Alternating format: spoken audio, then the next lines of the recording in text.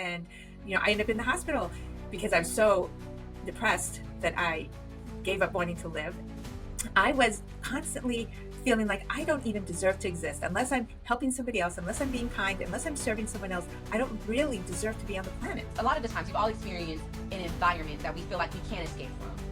In those moments where we're put in these environments that are super negative, that aren't really helping us to be the best version of ourselves, how can we align or shift inwardly so that we can be happier even though we're not in that ideal environment? Can listen to rock and roll. It was also a Christian, very strict fundamentalist household. So we couldn't go dance, we couldn't listen to rock and roll. God, if you put me here, then you're the one saying I belong. I'm not going to try to come up with all these machinations to prove to myself I belong, because that was me taking the authority away from God. That will to live is so strong. I was interested in just because I thought it made me good money. Yeah, it made me good money, but I was miserable in my job for several years. First, one really great practice is usually our self-love goes down when we think our environment is bad. So when we're in truth, we will feel the lightness, we will feel the wholeness. That is our whole being saying, yes, I'm aligned with what is. And when we're not feeling that. Hey y'all, welcome back to Transformation to Expansion. I'm your host, Lajoie Bradley, and today we have a very special guest. Her name is Lisa Carillo. She is an expert on happiness and uses her expertise in tapping into her higher self to empower others to do the same. Her books, An Unprincipled Life, Living from the Unknown, and Living Awake, 20 Techniques to End I Got It, I Lost It, share the practical journey of discovering how life can be lived with lightness, authenticity, an open heart, and the natural joy of being. Please welcome Lisa Carillo to the show. Welcome. How are you doing today? Thank you, Lajoie. So great to be with you. You're so bright. Thank you. You too. And speaking of brightness, I know that you're an expertise, in happiness and really beingness. But how did you get into the work that you're doing now? Is there anything that, triggered this kind of epiphany or this realization of how to really tap into that energy? Yeah, there were a couple moments. One of them was when the end of my first marriage came, and it was a process because I was trying to make it not end. So I was fighting and fighting, resisting. And then there was a moment when I just said, I give up. And I expected to just feel horrible. And instead, it was this immense love that just came over me, through me for the whole world. And I realized, oh dear, efforting is not the way. And so that was a big turning point. And then I was at a silent retreat and I was trying to be enlightened. And I realized, wait. I'm here, but I'm not here because I'm trying to get somewhere. So I quit that. That was day 3 of the 5-day retreat. I just quit that. So I'm just going to be here and enjoy myself. And then the next morning when I woke up, I didn't have any more thoughts that made an individual self. I could just see this one energy unfolding, manifesting as everything in this perfect harmony. And I realized, oh my gosh, my thoughts have been trying to structure and organize everything into cause and effect and reasons, and I lost all the beauty. So from that, I started this process. Well, actually, it stayed that way for 3 weeks or a few weeks. And then when the thoughts came back, what came with them was this curiosity. Well, how do thoughts make us feel separate and suffering? And so these processes of unraveling them just started to emerge. And that just became like this very fun exploration for many years, because this happened back in 2009. Oh, wow. Okay. So what kind of, you said this was during a retreat or? Yes, yeah, silent retreat. I was sitting with Shanti. I don't know if anybody's heard of him, but he's a non-dual teacher, and we did a lot of meditation, and then also he did some teaching. And the main thing of the meditation was to rest as awareness. So, like, I would feel what in me knows where my toe is when I'm not looking at my toe. What in me knows where my elbow is. And I just feel that pure awareness and relaxes that. Non-dual, what does that mean? Non dual is seeing that fundamentally there's no other. There's just this single aliveness erupting. And so this idea that we're separate is just a concoction by our mind, really. There's a oneness that infuses everything. Now that doesn't mean um, we obey everything else. It doesn't mean that, because the aliveness within us can dance us apart just as well as it can dance us together. But we just don't have to do it in anger. We don't have to do it in condemnation, because we know that fundamentally at the deepest level, we're the same. You've gone to the retreats, sat in ceremonies, even worked with healers, and now you've been told that it's your turn to do the work. Well, this is that next step. I'm so excited to share with y'all that this year we have our first Transformation to Expansion event on September 9th, 2025, where we will be in ceremony together, releasing all the things that are blocking us from truly transforming into the new version of ourselves. So you can really go into 2026 as the new you and stop holding back. This is going to be a really powerful activation, y'all. I really don't want y'all to miss it. If you're one of the first 15 people to sign up, your ticket is completely free. So make sure to check the link in the description below for the link to the ticket for this event. I cannot wait to see y'all there. I love y'all so much. I love that. Okay. It's interesting because, I've heard of different concepts. Like, yeah, I think a lot of people hear about oneness, right? But there's like, but now I understand what you mean. There's that like that perception of nothing is separate from you. Everything is kind of you, right? It's all, yeah, it's all one, but it's also I don't know. I think the biggest thing is that it's grounded in this idea of no separation, which is, I think, what you said earlier, right? Yes. And but it's a hard concept for a lot of people to experience. People can grasp it. I can tell you, yeah, okay, that makes sense. I don't see a separation between me and my phone. But then me actually experiencing that, I think, is a little bit, a little bit more of a challenge. And so I wanted to ask you, like, have you experienced that? And if you have, what would be the best way to like really empower somebody to step into that perception or that beingness? Hmm. Yes, I definitely experienced that. It definitely feels like I'm more the same as everything than I could be separate from anything. Um, and there's two things. I really find that a spiritual path or a happiness path requires two things. One is grounding in this infinite being. And that's kind of what I was talking about, resting as the awareness.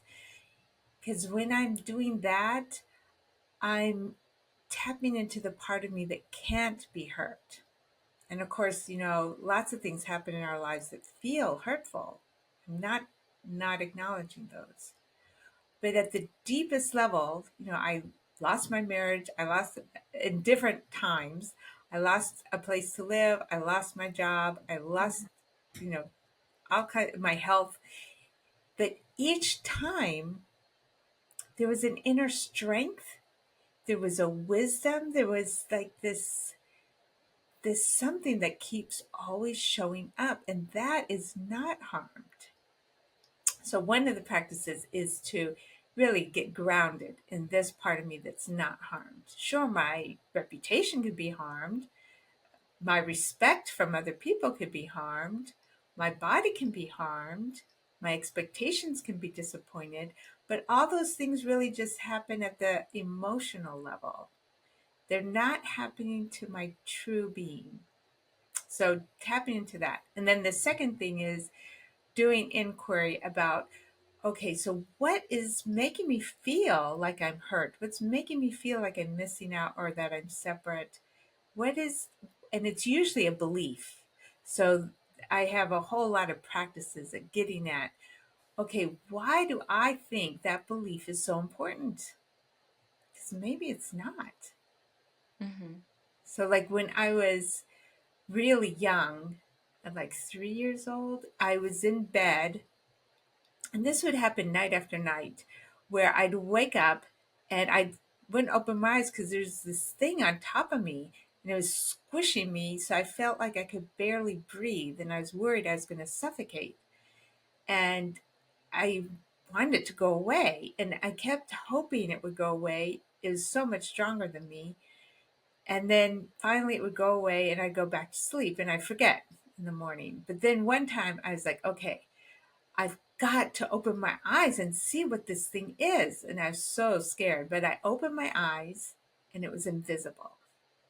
And I thought, oh gosh, no adult can help me because they don't know about anything that's invisible. Mm-hmm. So I thought, so it's up to me. And as I lay there, I just thought, okay, I can't do anything. And I noticed, well, I'm actually still alive. I'm actually still alive. Actually, I mean, I maybe can't breathe deeply, but I'm getting enough. I'm breathing enough. And then I was like, huh, so it's not killing me. And then that happened a couple more times and it totally stopped. It's like I couldn't be afraid anymore.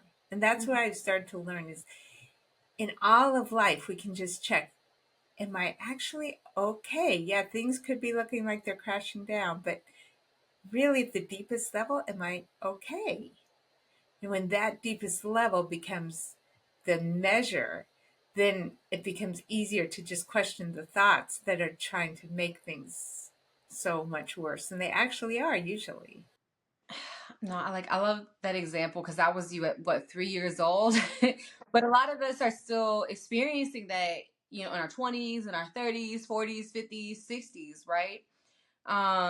We're still, you know, projecting these fears and kind of attaching to them. For somebody who, let's say, they're in their 50s and they have, experienced this fear popping up over and over and over and over again, and it's pretty rooted, within them. How can they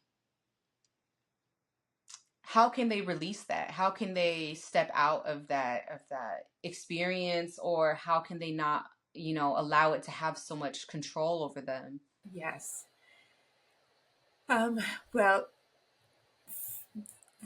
when I'm feeling the fear, first of all, to be afraid of the fear makes it worse, right? So Mm-hmm. I'll notice, okay, I'm actually noticing that there's fear. Like instead of pushing away the fear, I just feel the bigness that is around the fear. And that can be having compassion on myself. When I had a roommate in New York City. It was a great apartment in the neighborhood I liked. I had been living in another very good apartment, and I had applied to live with him, and he had chosen somebody else. But then a couple months later, he said, "Yeah, this is available now." So I gave up a good place to go to his place, and then within 2 months, he was like, "No, this isn't working out," and he was kicking me out. And I was like, I lost a very good apartment. And it felt like a panic. Like now I have to find somewhere really fast. Like I don't have any time. But um, what the head does, right, is it goes into all this future. Oh, I'm not going to find some place. I'm going to be stuck in some horrible place that I don't want to live. Whatever. The mind does that. Mm-hmm. So I just have compassion on the mind part. Oh yeah, of course you're afraid. Of course, your understanding is that there's not going to be enough for you. And so that moment of just having compassion for the fear immediately taps into some other bigness. The compassion is actually bigger than the fear. And then I ask the mind, are you certain you know what's going to happen? Because it doesn't, right? We really don't know how it's going to work out. Even if today is the day and it looks horrible, somehow we take the next step and we take the next step, and then usually help of some sort shows up. I mean, usually, we think we're going to miss something, and then it turns out it works out that we missed it, whatever it is. So I just allow the brain to notice it doesn't know. Just create that little gap of doubt. And then just take the next step and the next step. Mm-hmm. So, like in that case, I didn't pay him back I didn't pay him my last month's rent. I let my security deposit do that, and then I made sure that I cleaned that place like you've never seen before. And then I ended up finding a better apartment, way better actually, where I was a studio. I didn't even have a roommate. But that whole process, you know, it turned out better than I expected. And that has happened over and over and over. So when I think nothing good is going to happen, something good happens. And I kind of have like this memory bank of all these things that didn't work out and then turned out better. Didn't work out, turned out better. So it's like just putting that in, marinating in that, just really soaking in. The universe usually turns out better than I'm expecting. So it just kind of calms the mind and makes me access this knowing that knows that there's actually benevolence and goodness. I love that. So having trust kind of in the universe to provide for you. Right, right. I'm sure you've had situations like that.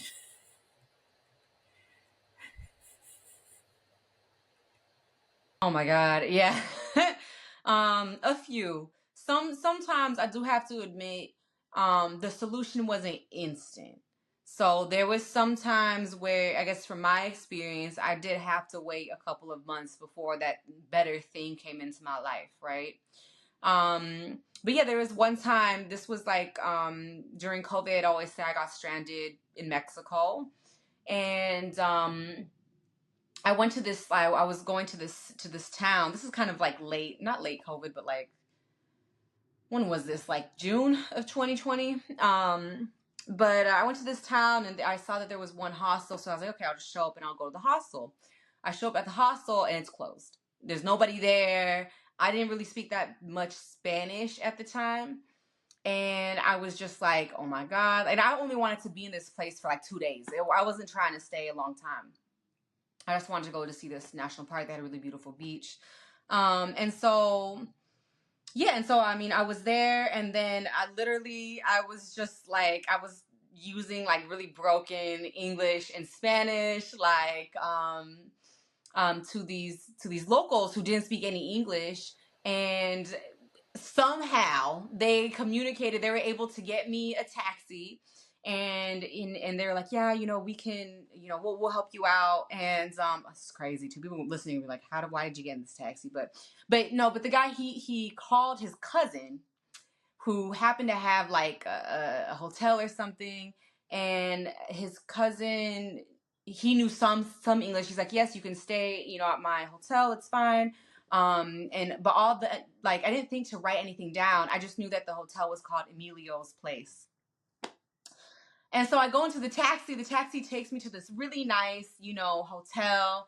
And it was during COVID, so I don't know. I felt like I could have gotten a good deal, but either way, I was just like, "Oh, this hotel looks really expensive," and I was just like, I told him like, "Este es Emilio's casa?" Literally asking him, "Is this Emilio's house?" And the guy was like, "No." The taxi driver looked confused, and I was like, "Well, I'm not getting out because I don't know where that is, and this isn't the right place." And so finally, the taxi driver called. Oh yeah, because I don't think I had service either. This is crazy. Anyway, but he called and then finally he's like, "Oh, Emilio, oh, okay, of course." And so he took me to Emilio's place, and it actually worked out really well. The owner actually had a daughter who knew fluent English. She had spent some years in the States, and and they gave me like the best spot, like on the top of the building. I had a really beautiful view. I had rooftop access. The gym was literally across the street, and it was like a 15-minute walk from the beach. So I actually ended up staying for a whole month there, and it was perfect too because it was during the rainy season in this region of Mexico near Puerto Escondido. But for some reason, I guess it was the mountains or something, but the rain never reached us. And so literally an hour away, it would be stormy. My friends would call me from Puerto Escondido saying they had lightning storms. And I'm like, I don't know what you're talking about. It's sunny here. Like, y'all can come over here and visit because I'm not gonna visit you guys at this point. So it really worked out like for the better. In this moment, literally where I was in another country, didn't have a place to stay. Like I was just like, oh my God, like this is a nightmare. But God like really, looked out and provided for me in that way. Um, and I think a lot of people are going to come into more and more situations like this, especially within the next 10 to 20 years. Um, and a lot of people who I feel like haven't really experienced this before are going to experience. What I mean by that is a lot of people who kind of like you were, right? You comfortable in your job, you were comfortable, and then not even the 9 to 5. It's, there's nothing wrong with that, but it was just a level of comfort where you had your job, you paid your bills, everything's on track, everything's good to go. There's no need to worry. Um, and so a lot of people are going to experience that.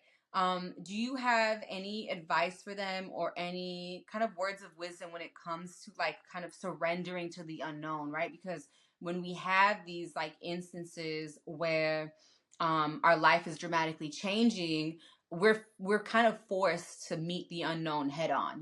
If we lose our job, okay, I have no clue how I'm going to pay my bill. I have no clue, if I can get another job. I have no clue, how I'm going to provide for my family. So how can people navigate that? Hey y'all, did your vibration get a serious boost from this week's podcast? I know mine did. And I'm willing to bet there's a whole community that also feels the same way. Wait, actually, there is a whole community. That's right. On Facebook, we now have the Transformation to Expansion community where we actually have weekly discussions about the podcast episodes, and we even try out the freebies all together as a community to help us stay accountable. So definitely go ahead and check that out. The link is in the description below, and I'll see y'all there. Peace. Yes. Yes. One thing that I started to realize is basically I wasn't owning how I feel. I wasn't owning my joy. It was like I needed outside circumstances to be my excuse to be happy. And that doesn't work. Just outside circumstances always change.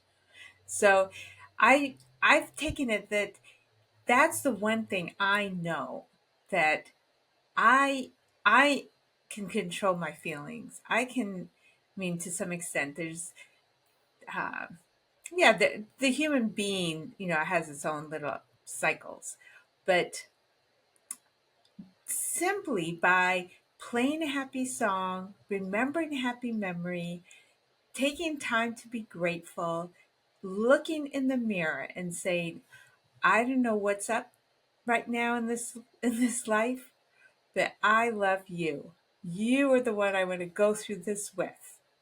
You are the one who I know is going to show up strong enough to get us through. Thank you, thank you, thank you. Just really, like, I think the privilege of getting to be me, and each person can really feel like that. Really, would you want to be somebody else? It's a privilege to get to be this being, this life. Mm-hmm. So owning that and standing securely in that makes it so everything else comes into better perspective. And I mean, I like adventure, I have to admit. Maybe it's easier to say that after the adventure than during the adventure, but I have to admit, I do like the adventure. So once I've owned that, okay, I don't need a circumstance to be my excuse to be happy. The fact that I get to be me is excuse enough. Then after that, I look and see, okay, what am I doing with my thoughts that's making this feel worse than it actually is? like maybe I'm blaming myself. There's no need. Absolutely no need. We are 100% innocent. The universe is, we're like puzzle pieces. You know, a puzzle piece doesn't get to always be the arm, sometimes it's got to be the whole. So we are puzzle pieces and we will experience everything in life. But if I surrender, okay, the universe wants me to have this experience. I'm not going to make it be something I did wrong, and I don't have to blame someone else. Like when that guy kicked me out of his apartment, I didn't, I at first was like, what is he thinking? That Mm-hmm. was so not right. But I didn't want to leave feeling like that. So I really took the time to get into his shoes. And this was a good example of that. When I was getting a subway ticket. I don't live in New York City anymore, but I was getting a subway ticket, and this guy kept banging on the machine and hitting cancel.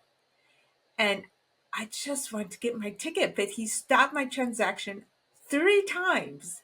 And I realized I'm not going to get a ticket till I listen to this guy. And he was saying, you buy a ticket from him, blah, blah, blah. And I knew it was probably a scam. But then he said, look me in the eyes. I wouldn't lie to you.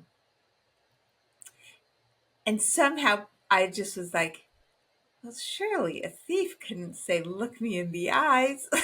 So Mm-hmm. I got the ticket, and he used the ticket supposedly to open the gate. And then once I was through the gate, he gave it to me. Well, he gave me a ticket that didn't work. Not even for one ride. I was hoping that I would have just overpaid for a ticket that would work. No, it didn't work even for one ride. And I was furious. I felt so taken advantage of. But I was like, this is going to ruin my day, totally ruin my day. So I got into his shoes. I was like, what in the world would I treat somebody like that? And I realized only if I felt like it wouldn't hurt the other person. Like, say I was at this huge buffet meal where everybody else had tons and tons of food, they could always get more, and I was starving, I might go steal somebody's plate because they get to get something. So if I believed it wouldn't hurt the other person, I might do it. And if um, I felt so helpless to do anything else, like really, I had tried every resource, and this was all that was left to me. And then I got that at some level, I bet that's how that guy felt. He felt like any other more honorable way of getting money wasn't available to him, and it probably wouldn't hurt me for him to take mine. And then I just felt so sorry for him. How small a life, how small a sense of his own capabilities. I mean, Mm-hmm. so if I'm feeling like this thing is a bad situation and I'm blaming myself or blaming someone else, that is just using my head in the wrong way. And then instead, I just look to see how how is this going to make me a better person? And maybe all it is, at the very, very least, is making me be present. It's Mm-hmm. making me just stay in the moment and notice. And really, in the end, it matters to me more that I spiritually grow in this life than that I achieve anything else. Because when you die, I mean, what can you take with you? Nothing. So if it's going to teach me to be more present, then really that's the most I want out of life. I have to be 100% honest with myself, even when it's difficult. That's what I want the most. So so by not blaming and by checking to see what good is going to come here, I bring my mind back into control and see, that something good always happens. Mm-hmm. Coming back to the present moment, right? Um, That is so important, but and we'll get to that in a second. But you touched on something in your story. You touched on abundance and kind of that lack mentality that that guy had to be in a state where he was willing to manipulate somebody or a tourist into getting paying extra for a ticket or whatever, whatever the scam was at the end of the day, just scamming people. Um, how important is happiness when it comes to abundance? Um, you know, there's no greater abundance than the joy of getting to be in this life. And when you're not in that kind of a place, when I'm not in that kind of a place, I'm unconsciously pushing everything away from me. So there there's just this repulsion that happens, right? Now, if I'm in the place of enjoying my being, it's amazing all the things that come to me. I mean, I cannot tell you how good my life is. Really, it is. We live a mile from the ocean. We have this great house with sun pouring in. I mean, it's just. I have the most loving husband. Really, I would put him in a contest with anybody in the world. Oh, it's beautiful. Yes, really. It is. You know, any vacation I want to go on, I can financially. So, but it wasn't because I prioritized and focused on those things, actually. I was focusing on filling up with inner being. I was filling up with enjoying this blessedness of getting to live as Lisa. And, you know, when we're not doing that, I mean, when we are doing that, there's no 100% guarantee because, we could have had an adventure in our minds before we came into this life where we wanted to try out a couple tests. So that can still happen. Mm-hmm. But when we're berating ourselves or berating our life, it really does just become a repulsive thing. And it, and so turning that around is baby steps, right? It's not like, oh my gosh, my life is horrible and now I have to somehow be happy. No, just do the baby step. What is there right now? You know, what is it? Could be I have water when I'm thirsty. It can be I I really like that poem I can write.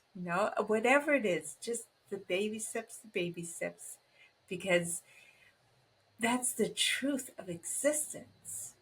Really, misery never feels like truth. I mean, it feels horrible, and it might feel realistic, Mm-hmm.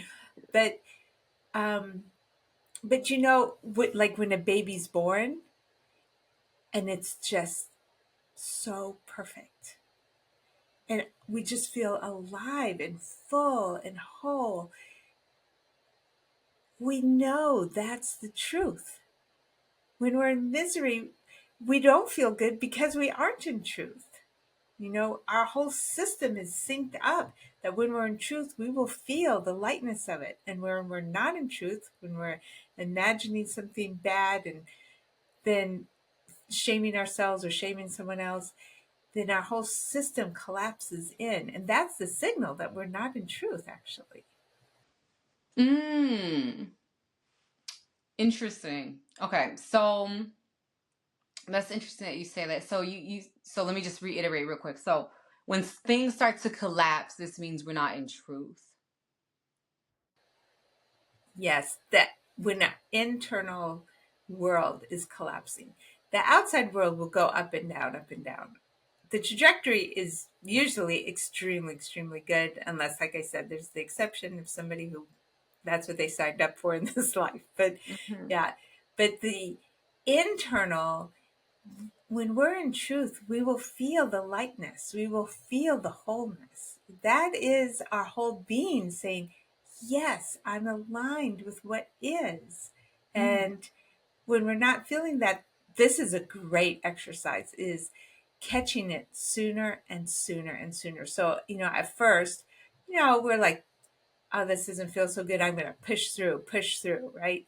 And so then we feel worse. And then we're like, yeah, I've got to set boundaries with this person. Not that, there's not a place for that, but I sometimes we just keep going into this more and more misery of structuring, trying to put things into our box of what we want. and we end up feeling worse.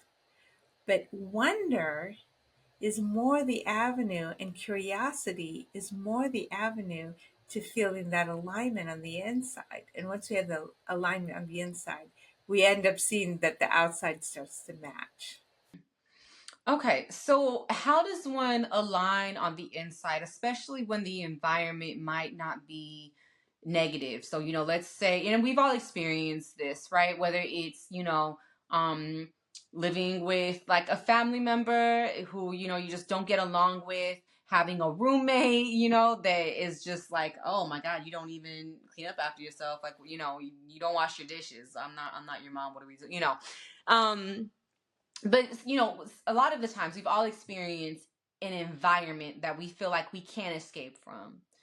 In those moments where we're put in these environments that are super negative, that aren't really helping us be the best version of ourselves, how can we align or shift inwardly so that we can be happier even though we're not in that ideal environment? Yes. First thing is self love, because usually our self love goes down when we think our environment is bad. And so, um, if I've got a messy roommate, or my child is sick all the time, or my job, maybe I've got way too much work to have to do, Mm-hmm. the first thing we stop doing is loving ourselves. All of that, then we are guaranteed to just feel terrible. So taking that moment to look in the mirror, you know, at work, look in the mirror at when we just walk through that total mess, or the child is got diarrhea in the middle of the night again. Taking the time to look in the mirror and say, "You are so loving. Look at this. This is a situation that you would never have chosen. And yet here you are, being as patient as you're able, being as contributing as you're able, showing up the best you can. You are amazing. Absolutely amazing." Just really soak in the fact Mm-hmm. that we are somehow in this chaotic environment showing up. And really, that starts this treasuring of, wow, yeah, I'm the kind of person who keeps showing up, showing up, showing up. Because usually we've started to imagine that our life is bad. Whatever it is, it's too messy to be respectable. Or, I'm not going to have enough energy because I've got to take care of this sick kid all the time. Or, whatever's going on at work, it's totally draining me. But once we were back in, wow, I'm amazing. It's amazing how that starts to nourish us.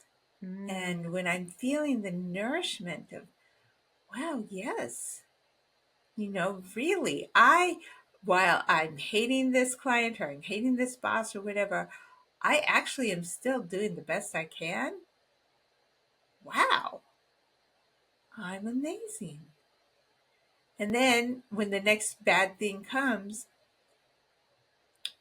there's a way of just taking the tiniest bit of distance from it, because I'm making it mean that I'm going to be miserable, I'm going to be Mm-hmm. exhausted, taking that extra space to say, well, I don't know, really, maybe I can have a good life for now. Hopefully this isn't going to be a permanent experience, but for today I can have a good life with blankety blank. Because that's what the mind doesn't usually think. The mind is like, no, this doesn't meet a minimum standard. Well, maybe a good life can include whatever this is. And that just kind of stops the mind. So we're loving ourselves, and then we're putting doubts into the mind that maybe a good life can include this. Mm. So kind of blocking the doubts in a way. Right. Right. Yeah. Just Not giving them 100% believability. We don't have to go to war with them, but we don't have to believe them either. Mm-hmm. Maybe a good life can look different than I thought. Like, um, we have a camper that got this damp rid spilled in it, and it went underneath the floorboard, and we can't get it out. And damp rid makes like this kind of gel kind of stuff, so it's going to be there forever. Really, it's not going to come out. And at first, I had put a sign in the truck saying, or in the cab, remove the damper when we go driving, so that we would always remove it. And my husband decided to take that sign out, because he said, I'm always going to remember. That we were driving, he didn't remember, it spilled. And at first, I was like, this is such a lovely camper, and now it's ruined, right? That's where I'm Mm-hmm. going. And while I wasn't mad at him forever, I was disappointed for weeks about this situation. But finally, I was like, can I have a good life even if the camper starts to deteriorate and, gets all ruined? What if the house starts to deteriorate and we can't keep up with every single repair? Can I still have a good life? And I was like, wow, you mean I'm going to give away my happiness because I want nothing to deteriorate? What in the world? That is fighting with what is. And finally, I was like, yeah, really, a good life can have a camper that's falling apart. I mean, it's not falling apart, obviously, but it's like, wow, right. It matters to me more that I enjoy my being than what the status of my camper is. Like, I really had to get honest. What matters to me more? And what matters to me more is that I'm enjoying getting to be this person. And that matters to me more than if my camper is falling apart. It really. And that was like a big turning point, actually. Yeah, I mean, it's one of those things where it's like we think it's a big deal in the moment, but when we start to really look at the grand scheme of things, we're like, okay, wait, actually, okay, this is not that big of a deal. The camper's still running. It didn't affect the engine. We can still take it on vacation. It's like at the end of the day, okay, yes, it was a silly mistake, but does it, do I need to be angry about it? Do I need to mention it all the no, no, right? It's like, at some point you have to let go. At some point it's really not going to serve you anymore to hold on to that, right? I don't know. I think that's one thing that I think a lot of people have trouble with, though, is that they don't know how to put things into perspective in a way that well, it's not put things into perspective. There's some things in life that happens to us where it can be a little bit more challenging to flip that perspective or change our, how do I want to put this, our relationship with it.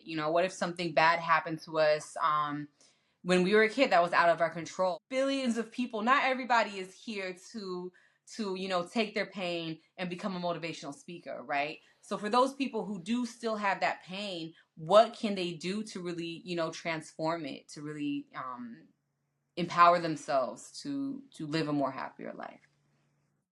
Um, First, one really great practice is, and I did this for several weeks, definitely longer than a month, where every day I would take some small thing that looked negative and really look and see, okay, suppose I switch that around. Instead of saying that that shouldn't have happened, say it should have happened. Mm-hmm. What did it do? Like tiny little things, like I was running late because my partner at the time asked me to stay and help him. And when I was running late, I was like, why did I stop and help him? I should have just gone. And then I remembered, yeah, but it's in those little moments that we show each other our love. And when I Mm-hmm. die, I'm going to remember all the love we shared. Mm-hmm. not the fact that I was late. And so at that moment, it was like, wow, that's true. I have a value shift right now that I would prefer to have all those little loving moments. So, so the first thing is practice with the little things every day. Just each day, find one thing that looked negative and check and see, is there something good? So that starts building that muscle. Mm-hmm. And then I made a list of everything that happened in my life that I thought was negative. Um, every difficult thing I had growing up. I was in a military household. It was very pretty strict. We couldn't listen to rock and roll. It was also a Christian, very strict fundamentalist household. So we couldn't go dancing, we couldn't listen to rock and roll, we couldn't, lots of plenty of stuff. Um, and I felt growing up like I'm fundamentally a bad person.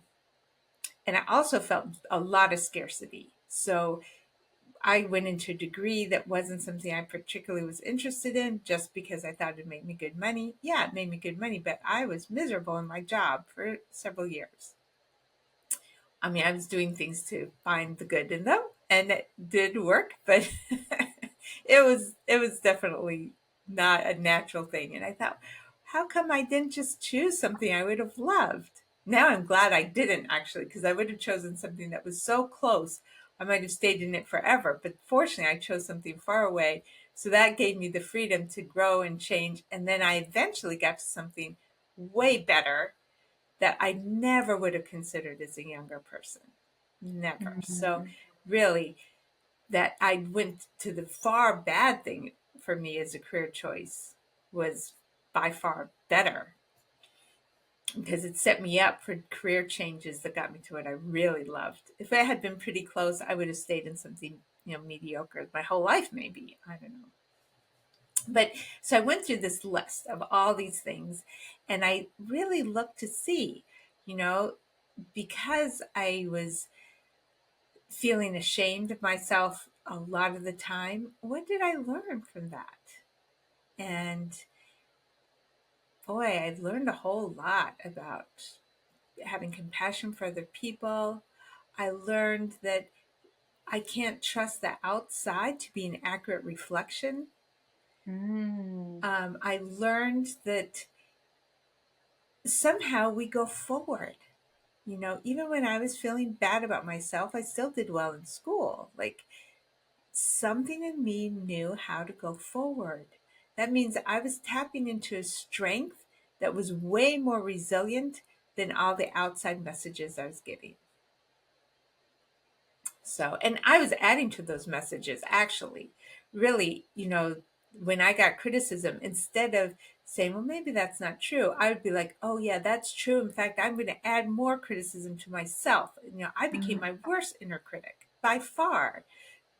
The shame was probably more from my own inner voice, which was, a protective mechanism.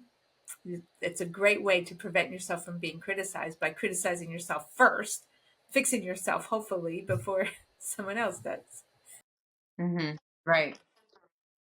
I can relate. No, trust me, that was me for a solid like 2 decades. Like, yeah, no, I totally know what you mean. Yeah. Yes, exactly. So, but learning this process of learning how to love myself and recognizing that I had been my own worst enemy. I value self love so much because I got to learn it. And it isn't simply just taking care of the body, that's part of it. Absolutely. It isn't just choosing relationships that are fruitful, that's part of it. It isn't just choosing environments that are feel aligned, that's part of it. But in the end, it's really that inner talk that says, I can enjoy any experience because I get to be me. When I'm to that point of really cherishing what I am, and I would have had no idea what that whole journey was like if I hadn't started where I started. Mm-hmm. So, yeah, I went through everything that looked negative that happened to me. And really, I had to find it taught me that I'm stronger than I ever would have known I am, by Mm. far. I didn't know I could be this strong. And, I ended up in the hospital because I was so depressed that I gave up wanting to live, and I let myself get so dehydrated. I ended up in the hospital, and they gave me less than 50% chance of living because I developed a very serious blood clot. Oh my But God. when I was in there and I had a lot of physical pain, and they couldn't do anything about it, it was like I became very present. It was, I just was like, okay, this is excruciating pain, and I'm making it. Like, I couldn't even think that. All I could do is pain, I'm living. Pain, I'm living. Pain, I'm living. But I realized as I came out of that, So, have you ever felt like you're meant for more? You're here for a reason. Something inside of you knows that there's more. There's more purpose, there's more connection, there's more fulfillment, there's more love to be enjoyed in this life. What if all of that was here right now? Your life easier to navigate, your dreams easier to manifest. You can live in a life of ease, even in these uncertain times with Pluto being in Aquarius. Your community of expansion is right here at your fingertips. From the moment you enter, you feel the sense of release and comfort. No more wondering if all those downloads you got as a kid were just random thoughts. No more wondering that time you had telepathy, thinking that it was just a fluke. Be with the people you know are here for you. Join our ever-expanding community on Patreon for free. And for those of you who ask, yes, the Wellness Library is included. I love y'all so much. Let's get back to the show.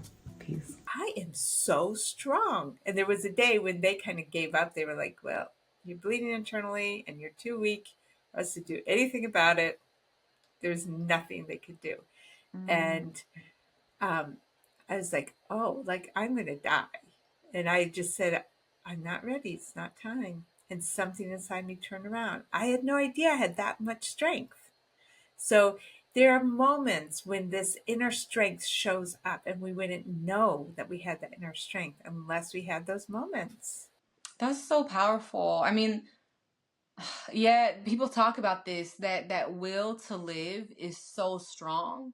And there's studies that show actually that's the difference between people who live, to be in their 100 and teens and 130s and people who pass away at, 70, 80 years old. It's literally, it's their will to live and their purpose. Do you want to continue to live? Do you want to continue to live in purpose? Do you feel like you have a purpose in that community?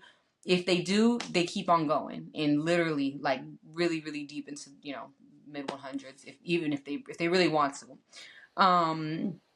But that will to live is so powerful, and it's so beautiful to your experience, because it gave you this opportunity to really truly know, that you can turn your life around. And it's not even just that, like, because sickness is one of those things that we've really been conditioned to feel that we have no control over, you know? And so it's really powerful that you were able to experience, no, you know what, doctors are saying that I'm gonna die soon. No, no, no, no, I'm not. We're gonna turn this around. And your body responded, right? But you have to really establish that deep connection with your body. Um, and you have to like have this knowing too. You just have to have the knowing, right? um and in those moments that we have that knowing, we really start to connect to our higher self. Would you say that, in that moment you were truly connected to your higher self, or was that something you realized kind of after that experience? I was definitely connected to my higher self, even though I wasn't clear about what that was. It was really deep down inside with this, oh no, it's time to live. It just came. It wasn't in my head. It was it was something very deep that came up and said, no, no, no. Mm-hmm. It's not time to end this now.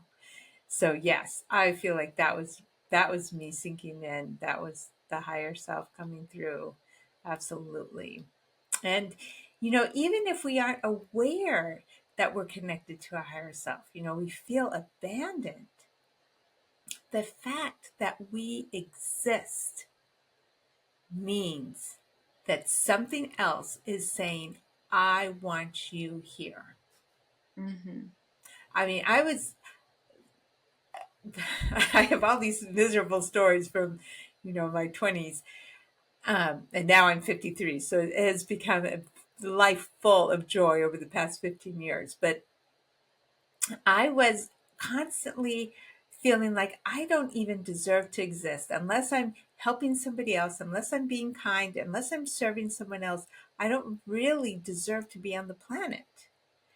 And finally, it was really an act of surrender where I said, okay, God, if you put me here, then you're the one saying I belong. I'm not going to try to come up with all these machinations to prove to myself I belong, because that was me taking the authority away from God. That was Mm-hmm. me trying to say, okay, well, for me to belong, I have to fulfill this and this and this, or other people have to do this and this and this, and that means belonging has happened. No, that is that is putting God in a box. That is putting my rules as though I somehow know suddenly what's right and what's wrong. I finally just surrendered and said, okay, God, if I exist, that means I belong because you're the one who's letting me exist. You're the one who says I belong. And it Mm-hmm. was really this big relief. It was like handing over any need to ever prove myself, handing over any need to evaluate my circumstances as being good enough. He was like, I'm going to show up, but you're the one. You've got to be the orchestrator here. Because the universe is. Really, we do not control very much. And, in this little existence, as we tap into the infinite that we are, it's amazing how things start to fall in line. And it's like, wow, it looks like I'm orchestrating everything. And, I drew the house I wanted, and that's the house we got. But it wasn't little Lisa drawing that. It was me just tapping into, okay, what's the creative movement here? And because I practiced tapping into the creative movement in all the little places when it came time to have a house, I just tapped into the creative movement, and I wasn't really making the house happen. I was noticing the house that was already going to happen Mm-hmm. because I was tapping into that. So, but it started with that beginning, okay, I belong because you say so. And that took away that efforting that was, you know, hopeless, completely hopeless. That's so funny. I could really resonate with that. And especially because, like, yeah, like you, I come from a military family. That I was in the Navy, and I'm sure with you it's the same. My parents were both of them are givers, right? And so for me, I was like, okay, my only value, especially when I was like in school, it's really crazy because like people were like, oh, you're such a good kid, but literally it's because my perception of value was like, if I help people, if I'm in service to people, then that's where my value comes from. And it's great. It is, it's definitely not like the worst perspective to have, but it ultimately did lead to depression later on. When I didn't have service to others, or I wasn't in that role, or that kind of that character really. And so it's just really important to recognize that the truth of it is, no matter who you are, no matter what you do, no matter what position you're in, you you know your beingness is enough, right? That's enough effort.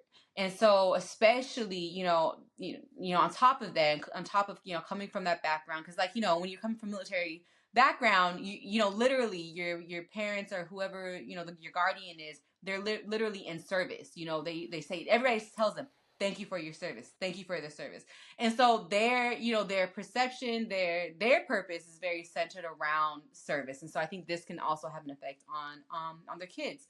um but that being said, the other aspect to that is, putting in effort. It was crazy when I was a kid. Instead of, going to recess, I would like help out the lunch ladies, and I would get my friends to come with me and help out the lunch ladies. And sometimes it was fun because we would get like free snacks, or we get a little something from the lunch. They were really nice about it. So, there was definitely some we're still having fun and stuff, and this doesn't happen like every single day, right? Um, but the other aspect of that is like, working hard, putting in extra effort. If I'm not seeing success, I'm not putting enough effort. And you get into this mindset that I think can be really dangerous, right? Because, you have this mindset of the harder I work, the more successful I'll be. And when you don't see the results of that, you feel the need to work even harder, but then it's just not going to lead to the results that you want. So anyway, long story short though, sorry, it's like long story short, it's really important to tap into your beingness and to really know and really own that you are enough. And that's it. You don't have to do all of this extra stuff. You don't have to go out of your way. You don't have to put in extra effort. Really tap into that perception of that you are enough. And I feel like when you're tapped into that, then you are truly aligned with your higher self, because your higher self is just, your higher self is your higher self. You don't tell your higher self like, oh, you need to do this and this to be my higher self. No, you just say your higher self is your higher self, and that's it. And that's enough. That's just, that version of you that maybe you're aiming to be, or that you are becoming, or that you are embodying now. And that's it. Like, there's nothing more to it, right? And so I just really love the opportunity for you to share your experience of really tapping to that knowing, and sharing that with me and also with the audience today. And so before we head out, the last question I ask all my guests is, how do you see the world expanding from here, or evolving from here? How do you see people evolving from here, especially with all the craziness happening right now? It's so great. It's not on the media, but the amount of people who are really making sure their life lines up with their values, with what matters to them, and the amount of people who are becoming spiritually aware, that they're recognizing, wow, like there's something bigger. There is a underlying knowing of love as the core of what we are. That is that is huge. And the ego ideas about, how things should be run or stuff like that, we're tapping into this mystery, this benevolent mystery. And so as that happens, the structures will continue to fall away. We'll continue to be disappointed by anybody where we've put our authority into someone else, because it's going to be just our own inner authority that we operate from. So, any place where we've given our authority away, that is going to continue to fall away, disappoint people, because as we come into this inner authenticity, we will just find that that's the way life becomes fuller, and we won't be able to do the other anymore. Exactly. Oh, I love that. Yeah, having no choice but to be happy. Right. Yes, it's really not necessarily a circumstance that makes us miserable. It's because we didn't authentically show up that Hmm. made us miserable. We compromise ourselves when we show up, knowing that this is what is life flowing through us. Then, when something doesn't line up, we just go around it. But if it confronts us and we hadn't been authentic going through it, then we're like, ugh, that was such a waste. This is such a bad situation. But when we're authentically showing up, somehow we just know this feels so right. I'm going to just find the way around. Exactly. Well, thank you so much, Lisa, for coming onto the show today. I really appreciate it. And for the audience, Lisa has so graciously given you guys. Oh, so we really did not touch on meditation today. I'm a huge advocate of meditation. We'll save that for another show. But you actually host free meditation groups that people can join. So it's on your website, the link for that meditation group, Yes. right? And I really want to Yes. empower y'all who who have been having, trouble meditating, committing to meditation, or even, just have trouble meditating, period, definitely check out her meditation groups. It's really going to help you clear your mind and set the intention to really commit to that practice if that's something that you really want to do. So thank you again, Lisa. Thank you, Lajoie. So good being with you. I really just love how grounded and practical you are, while at the same time being so joyful and alive. Thank you. Thank you. You too, Lisa. Oh, and I have to say, I love the background. I don't know where that is, but I'm obsessed. Yes, it's water. Definitely what you love. I think it's Greece, actually. I will see y'all next week. I love y'all so much. Peace.